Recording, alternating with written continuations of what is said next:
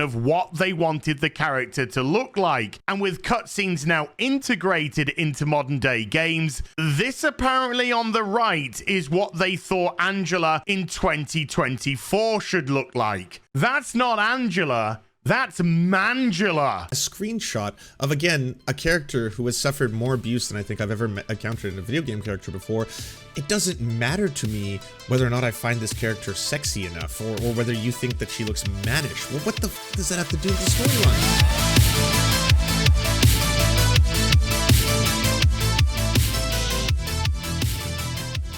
Stuff about the game, and these discussions do contain child sexual abuse, PTSD, trauma, as well as suicidal ideation. So I'm just going to put a warning at the bottom because, yes, Silent Hill 2 deals with very, very mature themes. You don't need to know anything about horror games. You don't need to like horror games. You don't need to like scary games. I can explain to you why so many people resonated so much with Silent Hill, even though the game's really old at this point. 2001, I think, is when this trailer came out. There was a time, I think maybe for me, Metal Gear Solid was the first game that I started playing that started to feel like it had cinematic qualities that were equal to movies. It could have been like, you know, the intro sequence that had credits over you hiding in the box in that military base or something like that. But I was really starting to get the vibe where it's like, wow, like at a certain point, you know, video games might be able to rival movies in their like scale and storytelling and grandeur. They're not just going to be about shooting random people and first person, like, you know, I got a grenade launcher and all that kind of stuff. There's actually going to be more depth to them. Then Resident Evil comes out. I'm sure you all know Resident Evil and the entire series. Resident Evil, again, up the bar. Granted, it was like a B schlocky horror film, but it still had very like cinematic feels to it, even though it was on the PS1 with the PS1 graphics, all that. And then comes along Silent Hill by Konami. Konami puts together a team of people called Team Silent, and they're all basically rejects in the company who couldn't find footing anywhere else or really find success anywhere else. They were kind of put off into the side to make this game. They come out with Silent Hill, and it really does revolutionize horror, both, you know, psychological horror as well as video game horror as an entire genre, by instead of being about, you know, action and you know, trying to get the best weaponry you can to kill everybody, more about the psychology of what exactly this town means. And Silent Hill, if you're unaware of it, it's basically a town where the town itself is the main character. While there's going to be a lot of other characters and secondary and tertiary characters, sure, the town itself basically manifests horror for the person who's inside it, and each character that's in it is seeing different stuff. You start to realize later on that it's like other characters aren't seeing the same monsters as you, or the same creatures as you, or the same kind of creature designs as you, and everyone who's in there is always kind of confused and lost because of that. When they're together, everything kind of seems like it's okay, you're safe for a bit, and then once you separate, you start to see these monsters, and each of the monsters is kind of catered to the own psychological warfare that you're dealing with on your own level. And Silent Hill 2 was so notable because it dealt with all of these incredibly intense adult themes for the very first time I'd ever seen in a video game, and did so with actually a bit of grace and understanding like, you know, that I say this as like a dude's crack is being shown on the camera. But Silent Hill 2, do you remain authentic to the characters and the story and simply modernize the graphics and the control settings, or do you hire Sweet Babying 2.0 to censor and sanitize everything? Well, guess which way developers' blooper team went. Fucking pronouns! Modern day California shit. It's here from Heel vs. Babyface. Silent Hill 2 is one of my favorite games of all time. In actual fact, when I did a stream with Melanie Mack a little bit ago where we discussed our personal top 10 games. By the way, you know what's wild about this is just like watching conservatives talk about Rage Against the Machine or any other topic, where I'm like, it's weird hearing like right-wingers, you know, people who just like hate wokeness and hate anything they think is wokeness, also love some of the same properties as you. It's usually for totally different reasons. That's the reason why there's the whole like Starship Troopers controversy, where they were like, all of the leftists think that like the bugs are the good guys, they want to be bugs, blah blah. And it's like, that's not it. It's just that like if you go beyond the surface, this thing was actually a satire, a parody, and was supposed to be representational of fascism and colonization. That's the whole like. Okay, fine. It's explosions in space, really cool. Bugs, you know, guns, that kind of shit. Sexy people. Back to 2001 and actually discuss the themes and the story of Silent Hill 2. So I'm so excited to hear you talk about it. Yes, this part will contain spoilers. It's 23 years old. Okay. Silent Hill 2 follows the character of James Sunderland, who receives a letter from his wife telling him to meet her at Silent Hill. However, his wife is dead and has been for some time, and so his curiosity is piqued as to who sent this letter and why. Upon arrival at Silent Hill, he eventually bumps into a group of eclectic characters, each of them having their own motivations for being in Silent Hill. He also meets a woman called Maria, who looks exceedingly like his wife, almost the spitting image. Apart from her hair's different, she dresses different and acts differently. She's more assertive, confident, sexy, dangerous. One might say that she's the embodiment of what James actually wanted his wife Mary to be, because his wife was actually dying of an incurable terminal disease. Okay, there's already the first fuck up. Not overall, okay, again, spoiler warnings, because you need to have finished the game. There's a lot of different endings, and this is one of those games that it's not flawless. I'll certainly say that it was one of the most frustrating aspects of my early video game days, replaying it over and over to get each ending. In order to successfully get the good ending in the game, you need to both protect and defend Maria as a character, and as an NPC, she is notorious for just getting hurt and walking in the wrong place at the wrong time, and you don't want to sacrifice your very limited resources and handing them to her. But depending on how well you take care of her during that period, you'll then learn at the ending the dark truth of the entire game, which is that James Sunderland was a bad husband. She was dying of an incurable disease, and he found her to no longer be sexy as a result of her body degrading. This is one of the reasons why this game is so fascinating, is because video games as a medium, if you understand them, like Hideo Kojima is really good at this, you can do things with them that you can't do with other mediums. They're going to be much longer. No one sits down for, like, you know, a 12-hour movie, for example, or at least not all, you know, in a single session, as I did some weekends trying to finish and get every single, you know, ending to this game. So there's that aspect to it. You can do a lot more. There's a lot more room to explore and experiment. And one of the neat things is that if you have enemies, because you have to obviously have lots of enemies in games, you have to avoid lots of enemies, you have to survive in a survival horror game. Well, what is the creature design? Should there be something more to the creature design than simply ew or gross or scary? And while you can achieve ew and gross and scary, what if you made it part of the actual psychology of the character that you're playing as? And what if some of the elements of the way those characters presented themselves actually said something about them? Either it was about sexual repression, or it was the actual, you know, dark desires that you didn't want to confront about yourself, and then that's being embodied within the game characters themselves. Again, that's part of why it was so brilliant. And when it comes to James, yes, there is this character, Maria, who looks exactly like his wife, and as he approaches her, you don't quite know what to think about it. Did he find Maria? Did he find his actual wife? Is his wife here? This woman's not saying that she's her, but she looks strikingly like her, outside of the different hair, and she dresses more promiscuously than his wife did. But, like, this is not done for the simple purpose of having, like, a hot video game character, right? That's not the reason why Maria in the game is specifically dressing the way she does, speaks the way she does, and has the confidence the way she does. That's representative of, again, the own inner demons that James himself is battling. That wasn't exactly all about specified. exactly. During the course of his trial and tribulations, we are introduced to the now iconic Pyramid Head, which seemingly wants to hunt down and kill James, a manifestation of James. And he's skipping over this, but again, we can already start with the hardcore themes. The first time you meet this iconic character, which has been completely bastardized in the canon of the game, because it's just like something now is just like it's a costume, it's a cosplay. People just want to dress up like Pyramid Head. Pyramid Head's intro in the game is actually sexually assaulting some of the other enemies that you had encountered previously into the game. And there's a lot of, again, that guilt and horrifying, let's just say, sexual, like, not even repression, but, like, you know, the feelings that James has towards him not finding his wife sexy anymore. She was literally dying from cancer. That plays out in the way these characters themselves are designed, and Pyramid Head is the antithesis of that, in that he's just like this horrifying, hypersexualized, massively masculine person, but very violent as well, right? And with purpose. James's guilt and his need for punishment. But why would James need to be punished? After all, his wife died of a terminal illness. Towards the end of the game, it's actually revealed that even though Mary did have a terminal illness, she died at the hands of James, who seemingly smothered her with a pillow. It's left open for interpretation as to the motivation.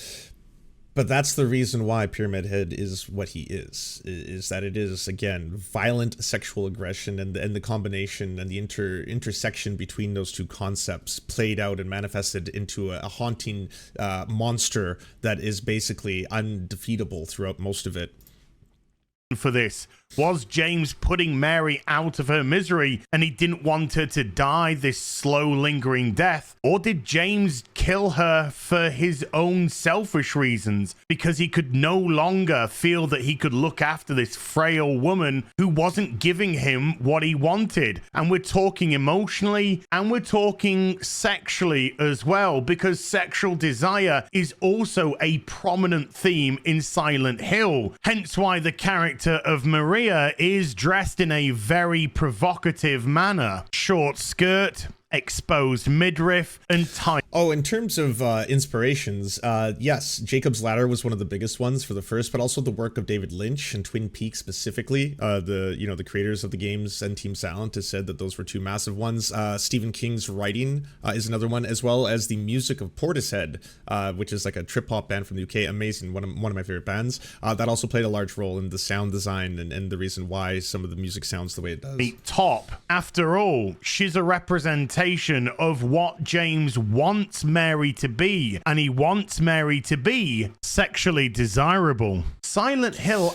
But again, that is up to you to decide as the player. There's 5 or maybe 6 with every Silent Hill has a comedy alien dog ending, which is also really cute to find. But depending on how you play the game, also depends on how that ending is going to play itself out. Does the game end with you and your wife killing themselves together, right? Which is one of the bad endings. Does the game end with revealing that it was in fact James who eventually killed his wife because he couldn't deal with watching her die, but also just at that point was just becoming again so unfulfilled by everything that she was supposed to represent to him, which is to be a beautiful wife, a loving wife, an emotional wife, and yes, a sexual wife. All of those things, again, really, really heavy themes for a genre like video games, whereas the other titles coming out that year might include Halo or some new Super Mario game or something like that. After all, being a manifestation of your own emotions and your own personal hell. In the UK, the game carried an official 15 classification by the BBFC, meaning it was illegal to sell this to anyone below the age of 15, as regards to an ELSPA rating, which is more of a guideline. Okay, let's get to why it's bad now. Backlash that you were going to get by this garbage representation of Maria. Yes, the very same Maria that actually represented an aspect of James's sexual desire for his wife is now transformed into God knows what on the right hand side. So I was offline this weekend because I have to temporarily move because my floor is flooded. That's why I'm in this location right now. So I haven't seen the actual keynote. I was going to watch that when I had free time later. There was a big keynote where they finally revealed all these characters and character designs. So I hadn't actually seen it up until this point. And here we are. It's like, who could ever find this attractive in any way? You see what they took from you. Again, where is the midriff? Where's the leopard print? This is not sexy.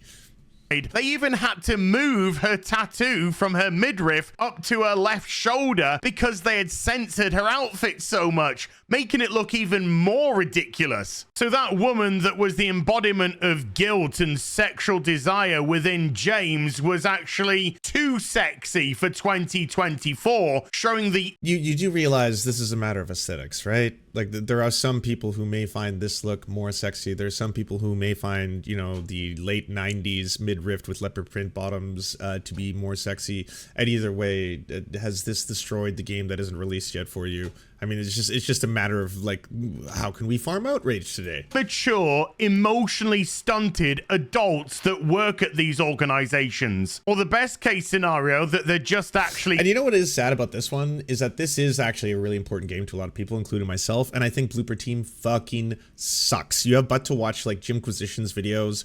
They do an excellent job. James, Stephanie, Sterling. They do an awesome job explaining why Blooper Team is just not responsible enough to deal with very heavy themes. Themes, again, of things things like suicide, of depression, of mental illness, and they've done that previously in other games already, and they've completely fucked it up, where they again try to just make it out that like if you happen to have mental illness, that's what explains why this person's a serial killer. You know, the kind of tropes that you always see in movies where the big twist at the very end is that in fact the entire thing was inside their head the whole time. They were actually all 6 characters, but you didn't know that, so they actually had mental illness, and that's why they're doing, like, that's Bloober Team. And so Bloober Team is one of the last companies I would like want to hear and be like, holy shit, they're taking one of the most coveted properties in all of video games, all of horror, by the way, including all of horror, and now they're going to be making it into a remake. Yes, that's what worries me about it. But in terms of, is the aesthetics of the character hot or not, it, once again, men babies. Goonergate. I thought Goonergate was going to be an inappropriate intro for this, but it's not. It's just like, this is a character who was sexy once, and now the new version of it, not sexy. Petrified at making something that is legitimately authentic to the source material because they fear repercussions from the ideologues or their peers for not towing the ideological line. Or as I like to call them, cowards. Angela didn't fare any better either, and it's hard to believe that there are... Oof. Okay, so this is what I was really worried that, you know, the entire anti-woke crusade was going to do, because Angela is one of the saddest stories in video games I've ever encountered, maybe the saddest story, and it's one in which you have to put pieces together. I had to play through it so many times, and I was a teenager. I didn't even fully understand concepts that they were dealing with in this, but Angela is a 19-year-old in the games, and she is implied to have been sexually abused first by her father, then sexually abused, and then physically abused by her brother, and then defended, like the abuse, and this is common in abusive families, defended by her mother, and dealing with all of the guilt and the trauma and the repercussions from that. And it's because of that that the character is constantly untrustworthy of men, including you as the main lead. Whenever you try and help her, sometimes she'll see you holding a weapon and become incredibly triggered. Yes, in the proper term of that, you know, word, triggered by you holding the weapon in that moment in the game. And it explores themes that I up until that point I had never seen in a video game before. And her ending at the very end, where she just walks upwards into these stairs into flames, implying that she may be finding or not finding peace in suicide, again, is just so incredibly dark, but it's not done in a disrespectful way. If anything, they do it in a way where you have to kind of uncover the pieces, and in so doing, you become incredibly empathetic towards everything she's been through, and you want to help her. And that's what makes the ending of it so tragic, because as you are trying to help her and save her, she gives this really cold speech where she's like, what are you gonna do? Are you going to, like, are you gonna save me? Are you gonna change what happened in the past? Are you gonna, you know, make my life better? I didn't think so. Something like that, right?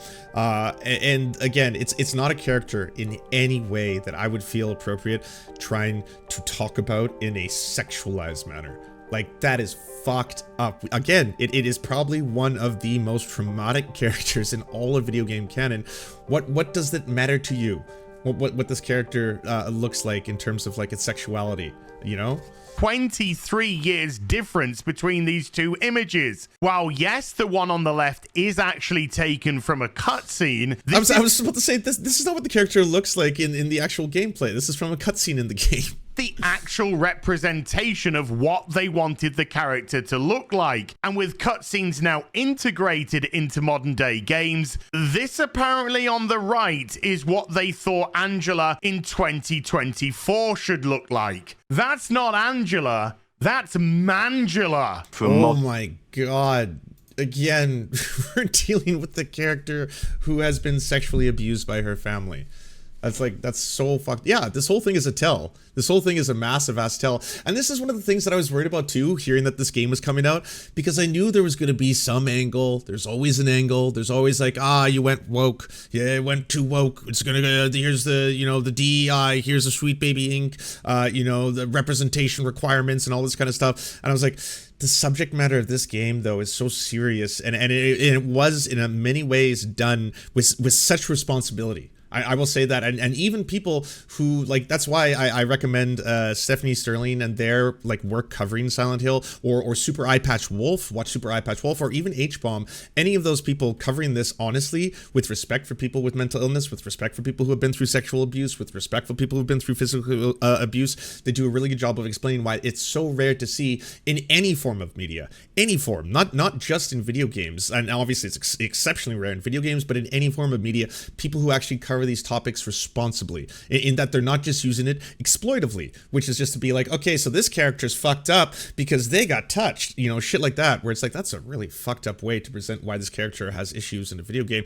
That's not how it's done. It's done in such a profoundly tragic way that I still, to this day, even talking about it now, I remember being so emotionally struck by the reality of putting all the pieces together, because they never just outright say anything in the game. They never tell you, here's what happened to her and when, and that's why she is the way she is, you know, and now go beat the game and kill some monsters. It's like you play through it a couple times, you piece the pieces together, and then when you get to that ending and realize what's happening and what everything is a metaphor for, it is just so profoundly sad and tragic. Saving it for yourself?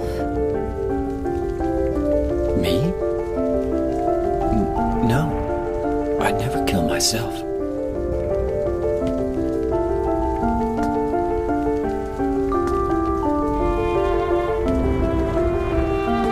To take you at your word for what you've just said, then why would you feel it necessary to bring in a consultancy firm to sanitize and censor your game? Why wouldn't you have the fortitude to stick to the actual themes of Silent Hill 2? Why would you... The game's not out. We don't know if they're censoring the storyline. We don't know if they've ruined it. I'm not putting it past Blooper Team to ruin this and to touch these topics very irresponsibly and to go with exploitation. It could happen, and it could be the reality. From what I've seen from a screenshot of, again, a character who has suffered more abuse than I think I've ever encountered in a video game character before, it doesn't matter to me whether or not I find this character sexy enough, or whether you think that she looks mannish. Well, what the fuck does that have to do with the storyline? Like, it's a profoundly fucked up thing to think. And yes, Maria has to be, as a character, representational of a handful of things. There's nothing in that screenshot that showed me that that's not a sexy alternate version of James's wife. Find it necessary to change the way that the characters look, the way that they were meant to be interpreted in 2001. You cannot be authentic when you say that you want to make it for the modern audience. A modern audience doesn't exist. The modern audience is a convenient term for you to go into a game and get rid of anything that you deem to be problematic, i.e. not conforming to your ideal. Do you talk like this all the time? Emphasis on the end of the sentence, like fucking Ideological hell. standards. And your ideological standards are in the toilet. The exceedingly clunky looking gameplay trailer is Sure, complain about the gameplay, complaining, you know, about a lot of different shit, but complaining about Angela as a character looking mannish is so profoundly weird, gross, and fucked up. Let's see if ASMONGOLD does better. So hard for me to know like what these companies are actually doing, because like they're using these terminologies that are like what did they really do? I mean, it definitely makes me feel like I don't know. I feel like it's very simple on how to solve this problem. You just make the game the way it was and just make the graphics and the gameplay better. It's very easy. You don't need to change anything else. Of course, it's a word salad, making up terms and pushing their agenda. Yeah, well, that's the thing, is like it's hard for me to... Honestly, there are some things that, like, you know, how it's just like sacred, you should not touch, you know, there's movies that people have been like, yeah, you should never remake this, right? I mean, how would you? And then sometimes you're surprised, like Suspiria, the remake actually was one that was like, no one should touch this, and it turned out to be fucking, the remake was awesome. But yeah, Silent Hill is one of those games where I'll be honest with you, I would have preferred if they just took the old code and they just upgraded it maybe for like 4K so you can enjoy it with modern graphics or something, but left the game alone. The problem is you can't do that because Konami lost the code. That's the reason why the original remakes for like Xbox and PS3, I want to say, back in the day, were so terrible, because they only had parts of the code left, and then they had to actually try and hack the original games to extract code from them and try and reprogram it. And that's why the whole thing was a fucking mess. Like, if I were to assume so, like if you want like my like gut reaction, I think yeah, they probably did change it for that reason, definitely. But that's still like a vibe check, right? I don't really know that. It's like, can you define modern audience for me? Where are Yeah. they? Where do you find them? I have the same. Are the modern audiences within the room with us, right? Good developers that But again, like if they're saying we're upgrading a game for modern audiences, most likely better gameplay mechanics. The gameplay mechanics of Silent Hill 2 are shit, and I'll say that as someone who, like, it's one of my favorite games, if not my favorite video game of all time. The gameplay mechanics are shit, as were a lot of survival horror games back then. It kind of adds to the whole nostalgia of it, because surviving is really hard when you can't, like, turn as well as a human being in a game. But yeah, if you wanted to, you can fix that. The games were never combat-centric, at least not Silent Hill 2 for sure. They tried to make that a bit more in Silent Hill 4, but either way, you can make them less combat centric, just make the games a little better to control, upgrade the graphics to 4K, modern graphic engines, all that kind of stuff. Do that. Don't touch the script. Don't touch the, you know, the plot line. Don't touch the endings. Leave all that in, and fine. You can get away with like an unoffensive, you know, fucking game. have to dev for these. Don't think that there's any way to confirm this at all. Like I really don't. I think these comparisons are stupid, personally. Wow. Asmongold. You did better than Heels versus Babyface. I know the bar is fucking subterranean, but that's good to hear. We know where the bar is, everybody. We have a bar.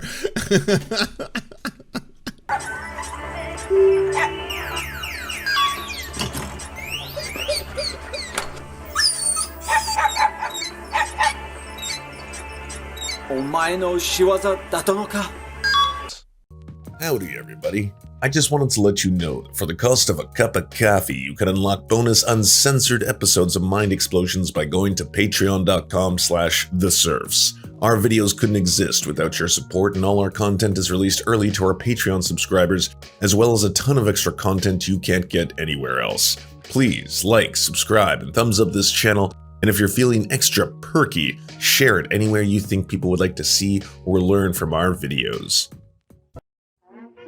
Thank you so much for watching, everybody. We first want to give a shout out to everyone who makes this show possible. This program is produced thanks to the generous support of our Patreon supporters: Anna Loves Riley, Arian McCarthy, Cheryl Alvarez, Comrade Junkie, Doug Caddy, Everything Important, Hagbar Celine, Jimmy Sombrero, Multimondi, Omni, Peanut Butter Blondie, Political Poppy, Preston Kroll, Quite 185, Richard Bomey, Riley and Anna, Roller Dragon, Ruby, Cernicus, Stellar Gwyn, Sebastian Demmel, Travis McClinton, and Words Greenwood, as well as every other person you see on the screen right now. This show would not be possible without them. And if you want to join these wonderful people who make this entire program possible, simply go to patreon.com/theserfs and you can unlock uncensored and bonus episodes and, you know, help us exist.